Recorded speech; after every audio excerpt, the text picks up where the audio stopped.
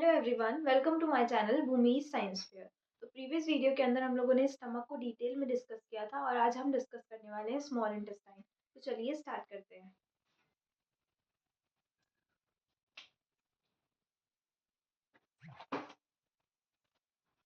सबसे पहले हम देखेंगे structure of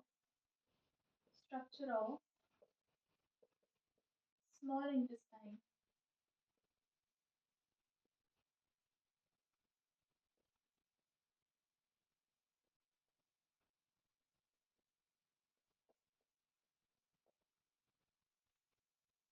structure of small intestine.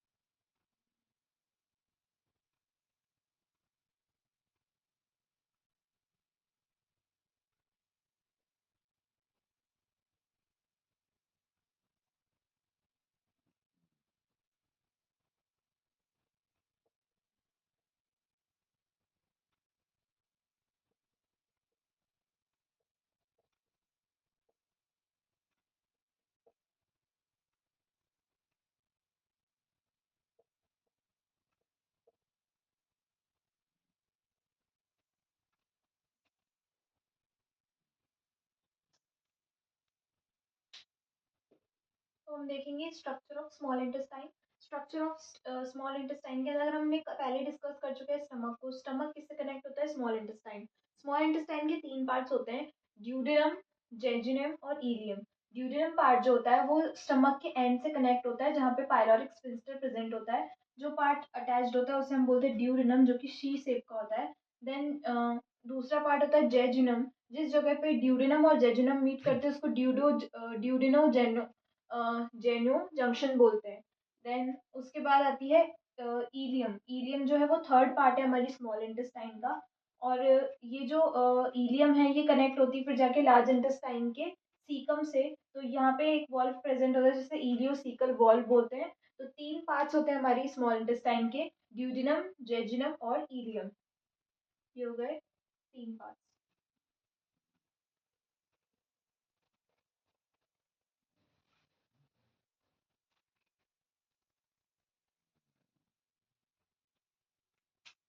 तो हम देखेंगे डिटेल्स, डिस्कस करेंगे स्मॉल इंटेस्टाइन को। स्मॉल इंटेस्टाइन,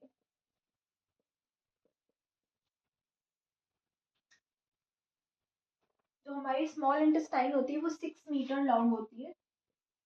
6 मीटर लॉन्ग होती है हमारी स्मॉल इंटेस्टाइन। देन आता है largest part of the alimentary canal, जो स्मॉल इंटेस्टाइन जो होती है वो क्या होती है?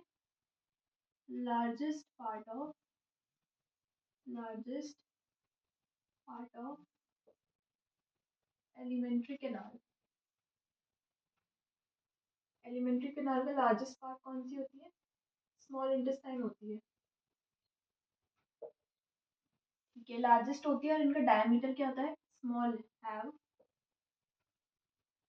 Small diameter. डायमीटर की वजह से इसलिए इसको क्या बोला जाता है? Small intestine have small diameter. Small diameter होता है। ठीक है, नेक्स्ट क्या है? Small intestine extend from pyloric sphincter to ileocecal sphincter. तो स्मॉल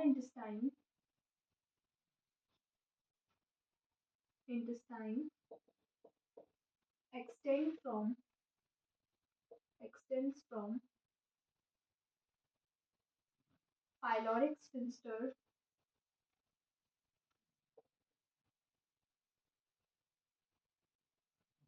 to pyloric sphincter से इलियोसेकल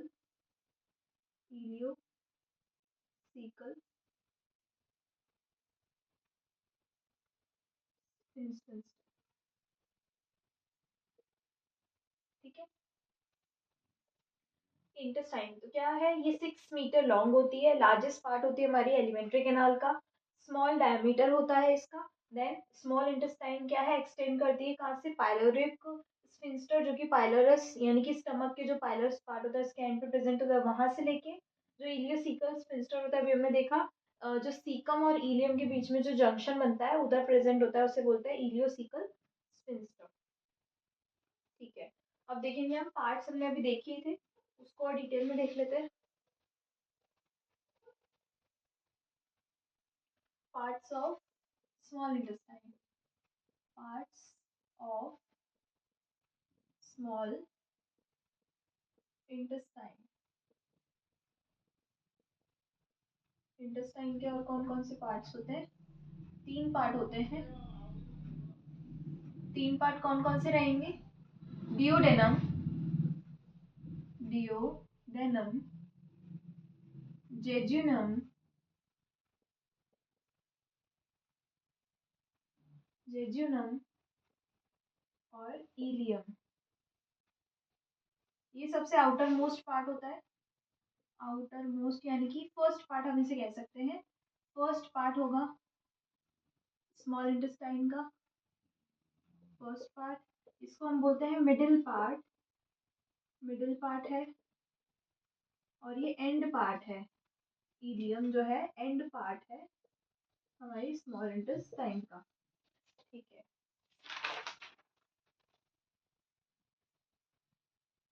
जो ड्यूडेनम होता है ये 25 सेंटीमीटर लॉन्ग होता है। सेंटीमीटर लॉन्ग होता है। पूरी जो हमने स्मॉल इंटेस्टाइन देखी थी कितने मीटर लॉन्ग थी? 6 मीटर लॉन्ग थी, जिसमें से 25 लॉन्ग कौन सा है? ड्यूडेनम। ठीक है, make a C shape curve around the head of the pancreas. ये क्या करता है? मैंने बताया था कि सी शेप स्ट्रक्चर बनाता है, तो सी शेप स्ट्रक्चर है, और किसके अराउंड बनाता है? सी शेप स्ट्रक्चर अराउंड पेनक्रियाज जो होता है उसके अराउंड। अभी मैं इसको भी एक्सप्लेन करूंगी। पेनक्रियाज के अराउंड ये सी शेप का स्ट्रक्चर बनाता है। Secretion from gallbladder and pancreas are released into the duodenum through a common structure hepatopancreatic amylase। इसको मैं यहीं पे बना के दिखाती हूँ। सपोज कि हमारा पैनक्रियाज है और जो हमारा ड्यूडेनम है वो भी इसी से कनेक्टेड रहेगा।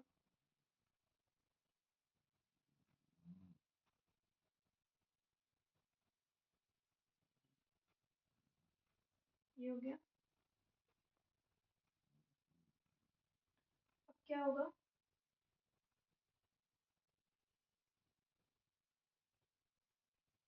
ये हो गया यहाँ से ये वाला एंड हो गया पाइलोरिक स्फिंक्टर वाला।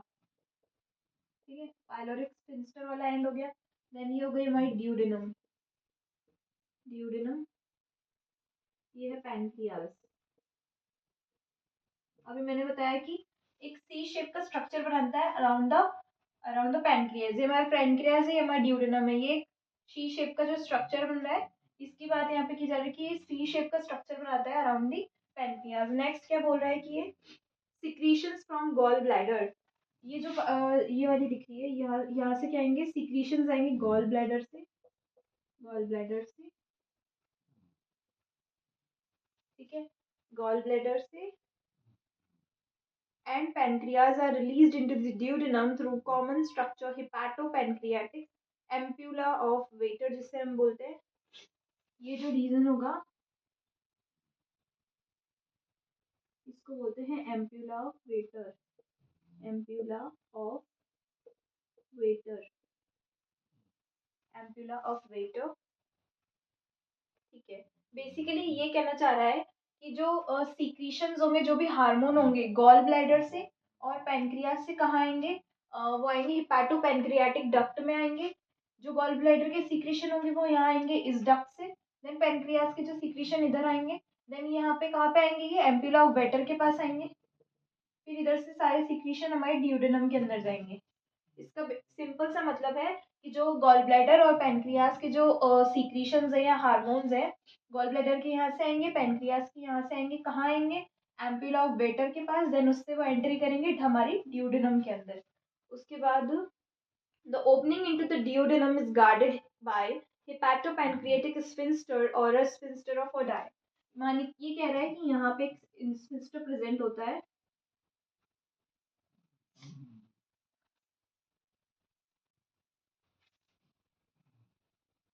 यहाँ पे एक ही स्फिंक्टर प्रेजेंट होगा, उसको हम क्या बोलेंगे, sphincter of Oddi, sphincter of Oddi, ODI, या फिर हम उसको बोलते हैं हिपैटोपैनक्रियाटिक स्फिंक्टर। इसको मैं वापस से रिकॉल करा देती हूँ। सेम यही है कि जो सीक्रेशंस होंगे गॉल ब्लैडर के और पैनक्रियास के, वो कहाँ पे आएंगे, एम्प्यूला ऑफ वेटर के पास आएंगे। देन वो पास करेंगे स्फिंक्टर ऑफ ओडाई को। उसके बाद वो जो ड्यूडेनम है उसमें चले जाएंगे। तो ये था ड्यूडेनम के बारे में। ये फर्स्ट पार्ट होता है 25 सेंटीमीटर लॉन्ग होता है, सी शेप का स्ट्रक्चर होता है, अराउंड करता है हमारे अराउंड दी पैनक्रियाज, और सीक्रेशन लेता है गॉल ब्लैडर और पैनक्रियाज के, कहाँ पे, एम्प्यूला ऑफ वेटर के अंदर। देन वो सीक्रेशंस जो होते हैं स्फिंक्टर ऑफ ओडाई को पार करके आते हैं कहाँ पे, ड्यूडेनम के पास। थोड़ा ये नेक्स्ट आता है जेजुनम। जैसे कि मैंने बताया कि ये एक मिडिल पार्ट होता है। उसके बाद ये टू ये 2 मीटर लॉन्ग पार्ट होता है, 2 मीटर लॉन्ग, 2 मीटर लॉन्ग। उसमें से हमारी स्मॉल इंटेस्टाइन 6 मीटर लॉन्ग थी। ये कितना है, 2 मीटर लॉन्ग है। ये 25 सेंटीमीटर लॉन्ग होता है। देन इसके बाद हमारा इलियम जो कि एंड पार्ट होता है, ये 3 मीटर लॉन्ग रहेगा, 3 metre long, okay, 3 metre long रहेगा। Largest part of the small intestine. एक तो एलिमेंट्री कैनाल की सबसे लार्जेस्ट जो हमारा है वो स्मॉल इंटेस्टाइन है। स्मॉल इंटेस्टाइन का भी जो लार्जेस्ट पार्ट है वो इलियम है। क्या है, largest part of small intestine का लार्जेस्ट पार्ट है ileum. Ileum joins the caecum at the ileocaecal junction. Ileum क्या करता है, join caecum at ileocaecal ileocaecal junction. Ileum क्या मतलब, कहने का मतलब है कि जो इलियम है वो ज्वाइन करता है जो इस लार्ज इंटेस्टाइन का जो सीकम होता है वहां पे कहाँ, किस जगह पे, किस जंक्शन पे, इलियोसिकल जंक्शन पे। Ileocaecal sphincter prevents the backflow. वहां पे एक स्फिंक्टर प्रेजेंट था, इलियोसिकल स्फिंक्टर, वो बैकफ्लो को प्रिवेंट करता है, ठीक है।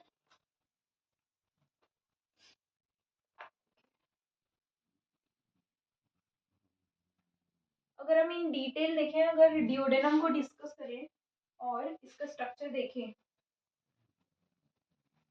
Structure of duodenum,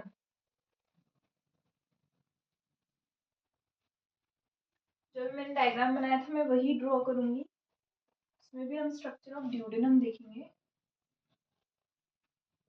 structure of duodenum.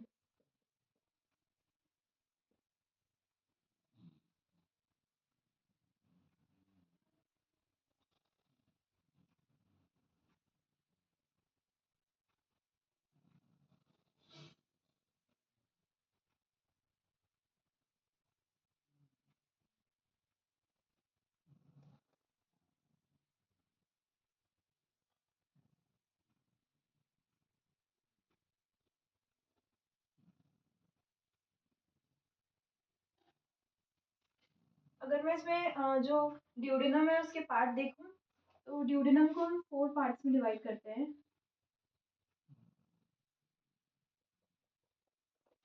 4 parts में डिवाइड होगा।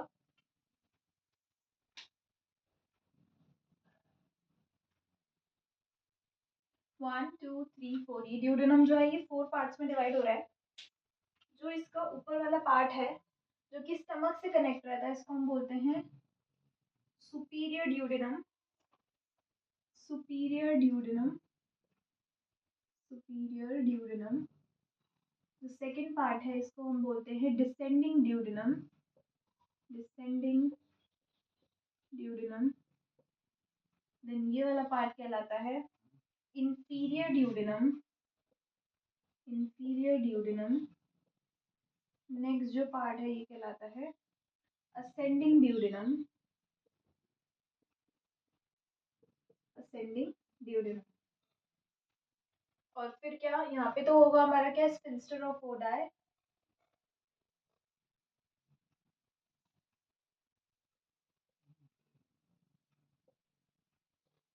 Sphincter of Oddi. Sphincter of Oddi. ये हो गया पैनक्रियाज। पैनक्रियाज। ये हो गई पैनक्रियाटिक ड्रक्ट। Pancreatic duct. ये है बाइल डक्ट। Bile duct. ये हो गया ampulla of waiter. Ampulla of waiter. ठीक है। तो जो ड्यूडेनम है इसके हमको कितने पार्ट्स देखने को मिलते हैं? 4 पार्ट्स देखने को मिलते हैं। कौन कौन से पार्ट होते हैं? सबसे पहला पार्ट होता है सुपीरियर पार्ट। ये वाला पार्ट है सुपीरियर पार्ट।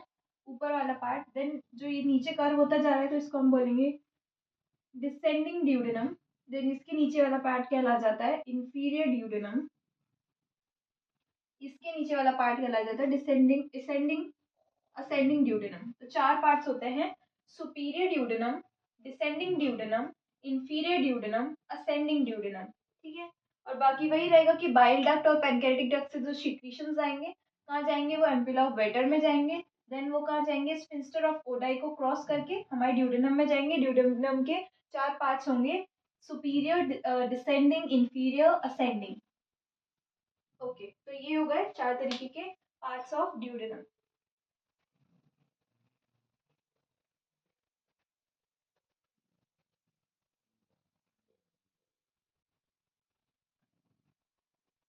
नेक्स्ट हम देखेंगे histology of small intestine. Histology में बहुत सारी मतलब उसकी हमने डिस्कस कर रखी है वैसे भी स्टमक वगैरह की, ईसोवेगस की। अब तो याद ही हो गई है सारी। स्मॉल इंटेस्टाइन हिस्टोलॉजी देखेंगे हम स्मॉल इंटेस्टाइन की।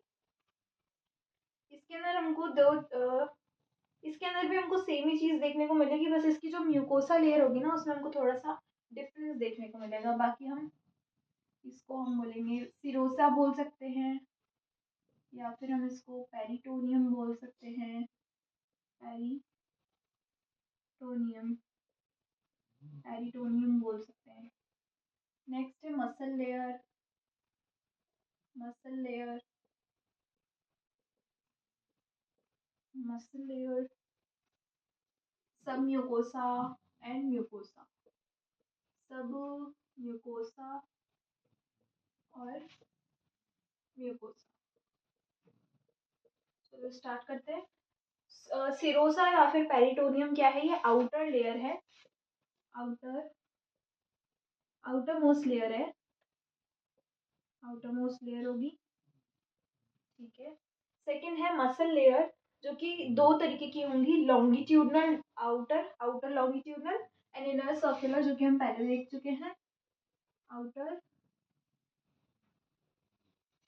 आउटर लॉन्गिट्यूडनल, लॉन्गिट्यूडिनल और इनर सर्कुलर, इनर सर्कुलर। ठीक है, ये दो तरीके की देखने की मिलेंगी। सब म्यूकोसल लेयर, इसके अंदर हमने देखा पहले भी है कि यहाँ कनेक्टिव टिश्यू, ब्लड वेसल्स, और एंड नर्व प्रेजेंट रहेंगी, ठीक है। Next is mucosa. म्यूकोसा के अंदर हमको क्या देखने को मिलेगा? तीन चीजें देखने को मिलेंगी। पहला है सर्कुलर फोल्ड्स, देखने को मिलेंगे। विलाई देखने को मिलेगा, सर्कुलर फोल्ड, विलाई और इंटेस्टाइनल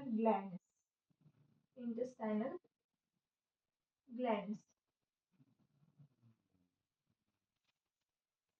पेरिटोनियम जो कि आउटर मोस्ट लेयर है। सेकंड है muscle layer outer longitudinal, inner circular रहेगी। सम म्यूकोसा जो रहेगी इसमें कनेक्टिव टिश्यू, ब्लड वेसल्स और नर्व प्रेजेंट रहेंगे। म्यूकोसा के अंदर सर्कुलर फोल्ड्स, विलाई और इंटेस्टाइनल ग्लैंड प्रेजेंट रहेंगी। सिरोसा जो एक प्रोटेक्टिव लेयर बना के रखेगी प्रोटेक्शन के लिए, ये कॉन्ट्रैक्शन यानी कि पेरिस्टालसिस जो मूवमेंट होगा उसमें सपोर्ट करेगी। इधर नर्व फाइबर प्रेजेंट है या ब्लड वेसल्स सप्लाई करेगी। देन इसके बाद ये म्यूकोसा के अंदर सर्कुलर फोल्ड, विलाई और इंटेस्टाइनल ग्लैंड्स प्रेजेंट रहेगी, जिसको हम आगे डिस्कस करने वाले हैं। Let's start. अब हम देखेंगे म्यूकोसा, बाकी सब तो हम पढ़ ही चुके हैं। अब हम देखेंगे म्यूकोसा को डिटेल में देखेंगे। म्यूकोसा ऑफ स्मॉल इंटेस्टाइन, की म्यूकोसा को देख लेते हैं। तीन तरीके की होती है, कौन कौन सी? Circular fold, villi, intestinal glands. Circular fold, villi, intestinal glands,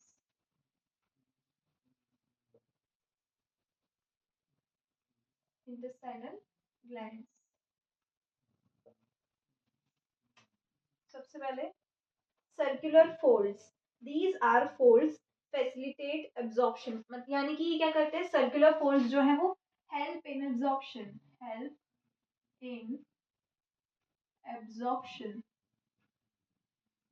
absorption में हेल्प करते हैं। ठीक है। नेक्स्ट है their shape was the kind to spherical rather than move in the straight line through the small intestine। Okay, यानी कि ये कैसे होते हैं? स्ट्रेट ना होकर के ये स्फेरिकल होता है, स्फेरिकल इन शेप, या इनका एक डिफाइंड स्ट्रेट नहीं होते, नॉट स्ट्रेट, और कर्व्ड शेप। एब्जॉर्प्शन में हेल्प करेगा, इसलिए सरफेस एरिया इंक्रीज हो जाएगा। Spiralling slow the movement of kind and provide the time needed for the nutrients to absorb. इसका क्या होता है? कर्व शेप होता है ना। इसकी वजह से क्या होता है कि जो स्पाइरल है, स्पाइरलिंग मूवमेंट होता है, जिसकी वजह से get time to absorb nutrients.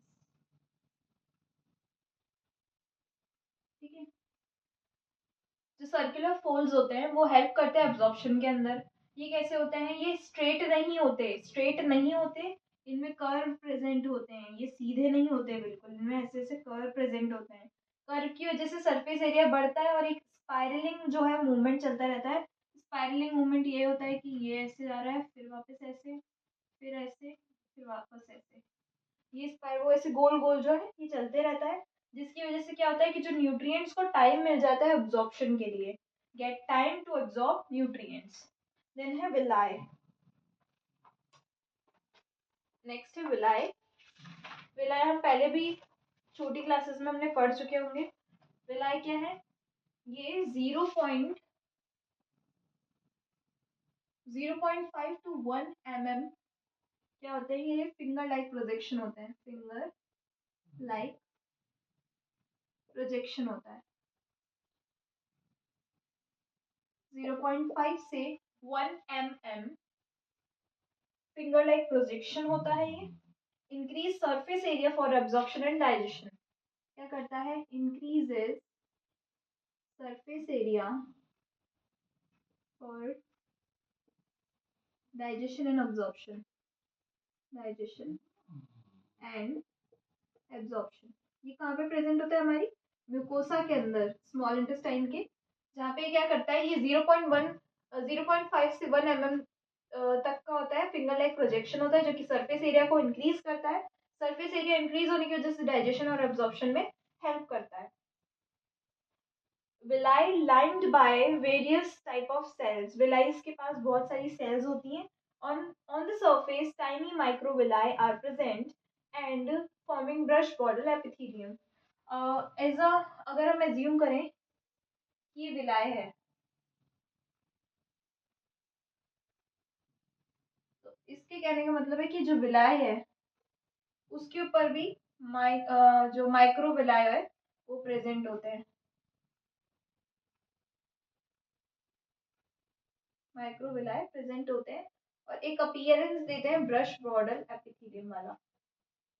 ऐसे वो बात कर रहे हैं, ठीक है। ये जो माइक्रोविलाय है इसके ऊपर भी क्या प्रेजेंट हो, सॉरी, जो विलाय है, ये विलाय है, विलाय के ऊपर भी क्या प्रेजेंट होते हैं हमारे? माइक्रोविलाय, जो कि क्या देते हैं? Brush border appearance. हाँ, ब्रश बॉर्डर अपीयरेंस देते हैं।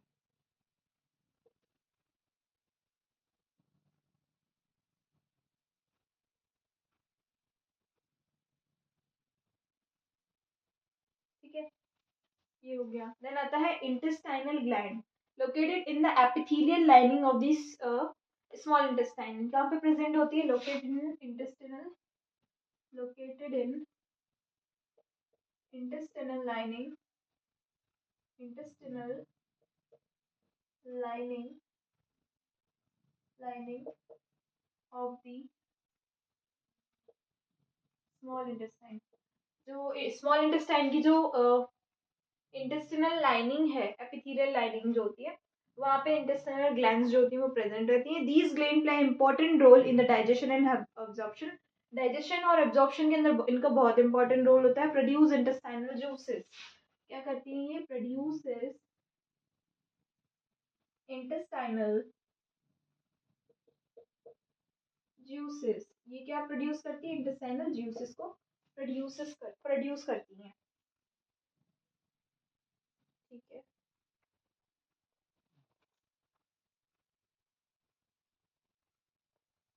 Intestinal juices, about 1500 ml intestinal juices secreted by intestinal glands consist of what? ठीक है, अब इधर बता रखा है कि इंटेस्टाइनल जूसेस होते क्या है। ये अबाउट 1500 ml डेली क्या है सिक्रीट होते हैं हमारे हमारे इंटेस्टाइनल जूसेस, ठीक है। ये किस इसके कंपोनेंट्स बता रहे हैं। ये वाटर से बना होता है, म्यूकस से बना होता है, म्यूकस से बना होता है, और mineral salts and enzyme, mineral salts and enzyme से बना होता है, एंजाइम से बना होता है, ठीक है। अब जो अगर हम बात करें म्यूकस, म्यूकस जो है कौन सी सेल्स जो सिक्रीट करती हैं यहाँ पे?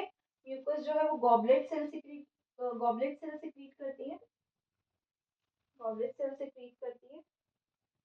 देन बहुत सारे इंटेस्टाइनल हार्मोन्स होते हैं, एंजाइम्स होते हैं जो यहाँ से सिक्रीट किए जाते हैं, ठीक है। मैं इसको वापस से रिवाइज कर देती हूँ। Mucosa of small intestine, 3 components होते हैं इसके। सबसे पहला होता है सर्कुलर फोल्ड्स, सेकंड है विलाई, थर्ड है इंटेस्टाइनल ग्लैंड्स। अगर हम देखिए circular folds absorption, digestion and absorption में हेल्प करेगा, ठीक है। ये स्ट्रेट नहीं होता, ऐसा नहीं होता, ये होता है सर्कुलर, कर्व्ड शेप का होता है, जिसके अंदर स्पाइरलिंग मूवमेंट होता है ऐसे। उसकी वजह से क्या होता है कि जो न्यूट्रिएंट्स को एब्जॉर्प्शन के लिए टाइम मिल जाता है, ठीक है। देन आता है विलाई, जो कि 0.5 से 1 mm जो होता है इसका, ये डायमीटर होता है। ये फिंगर लाइक प्रोजेक्शन होता है, सरफेस एरिया को इंक्रीज करता है ताकि वो डाइजेशन और एब्जॉर्प्शन में हेल्प करे। इसके बाद इस जो विलाई है, विलाई के ऊपर जो है माइक्रो विलाई के ऊपर क्या देखने को मिलेगा, हमको माइक्रो विलाई देखने को मिलेंगे, जो कि ब्रश बॉर्डर, जो कि ब्रश बॉर्डर अपीयरेंस देते हैं। देन आता है इंटेस्टाइनल ग्लैंड, जो कि इंटेस्टाइनल लाइनिंग या फिर एपिथेलियल लाइनिंग में प्रेजेंट होती है स्मॉल इंटेस्टाइन की, और इंटेस्टाइनल जूसेस जो होते हैं वो प्रोड्यूस करती है। 1500 ml डेली ये प्रोड्यूस करती है, जिसके अंदर वाटर होता है, म्यूकस होता है, मिनरल सॉल्ट्स होते हैं और एंजाइम होते हैं। म्यूकस जो है वो गॉबलेट सेल से प्रोड्यूस होता है। तो ये था म्यूकोसा ऑफ स्मॉल इंटेस्टाइन। इसके बाद हम देखेंगे फंक्शन ऑफ स्मॉल इंटेस्टाइन।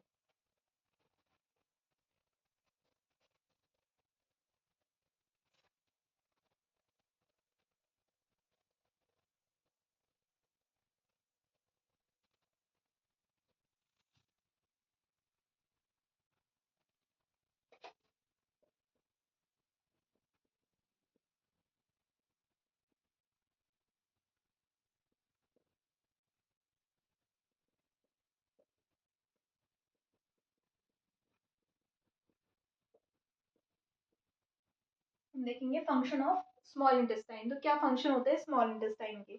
सबसे पहला फंक्शन है डाइजेशन। ये हमको हेल्प करेगा, किसमें? डाइजेशन में हेल्प कर रहा है, एब्जॉर्प्शन में भी। डाइजेशन एंड एब्जॉर्प्शन, सबसे मेन फंक्शन क्या है? डाइजेशन एंड एब्जॉर्प्शन में हेल्प करेगा, ठीक है। एब्जॉर्प्शन किसका कराएगा? न्यूट्रिएंट्स का एब्जॉर्प्शन कराएगा डाइजेशन। दो तरीके का था, मैकेनिकल और केमिकल, वो यहाँ पे परफॉर्म होगा, ठीक है। देन था secretion of enzyme and hormone, secretion of enzyme and hormone. जैसे अभी मैंने देखा था, है ना, सेल्स प्रेजेंट थी, गॉबलेट सेल म्यूकस सीक्रेट करी थी, ठीक है, और बाइल डक्ट से और पेनक्रियाटिक डक्ट से एंजाइम आ रहे थे। कहाँ जा रहे थे? हमारे स्मॉल इंटेस्टाइन के अंदर जा रहे थे फिर वो, ठीक है। पेरिस्टाल्सिस परफॉर्म करता है, पेरिस्टाल्सिस पेरिस्टाल्सिस ठीक है, पेरिस्टाल्सिस मूवमेंट परफॉर्म करता है ताकि जो फूड है वो आगे चल जाए, ठीक है, उसका ट्रांसफर हो।